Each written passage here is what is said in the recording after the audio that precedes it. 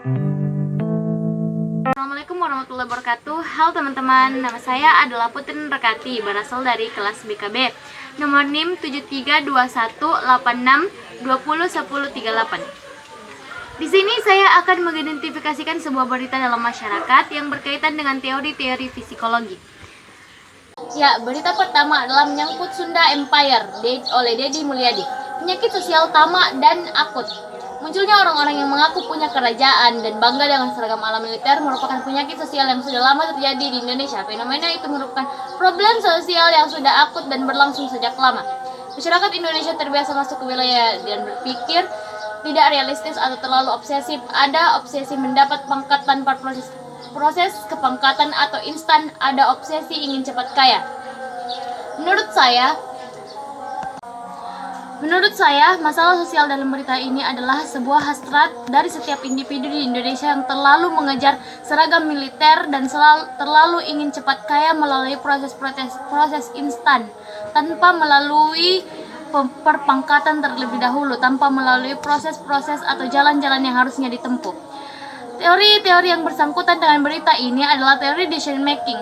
Decision making sendiri adalah sifat di dalam diri individu yang terlalu berhasrat atau terobsesi dengan sebuah kekayaan dan sebuah seragam tanpa melalui proses-proses. Nah, sekarang kita beralih ke berita kedua. Inflasi 2021 rendah karena pembatasan sosial, ekonomi, dan bisnis. Capaian rendah karena pembatasan sosial. Tingkat inflasi 2021 berada di bawah target yang ditetapkan. Tingkat konsumsi masyarakat yang belum sepenuhnya pulih menjadi pemicu. Rendahnya tingkat inflasi pada tahun 2021 disebabkan oleh masih rendahnya permintaan dibandingkan pasokan. Perekonomian yang belum pulih sepenuhnya juga turut mempengaruhi tingkat inflasi pada tahun lalu. Menjelang akhir tahun menjadi tren kenaikan inflasi yang mengidentifikasikan perbaikan daya beli masyarakat.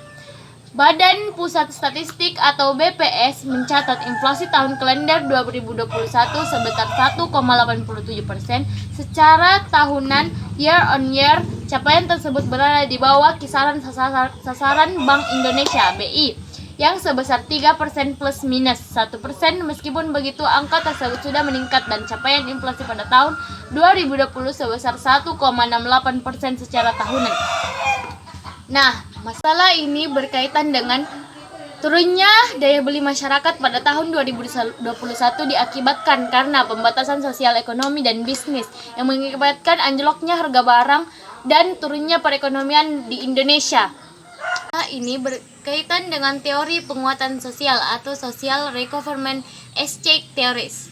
Teori ini dibagi menjadi beberapa bagian, yaitu teori tingkah laku sosial dasar, behavior social change model of social exchange.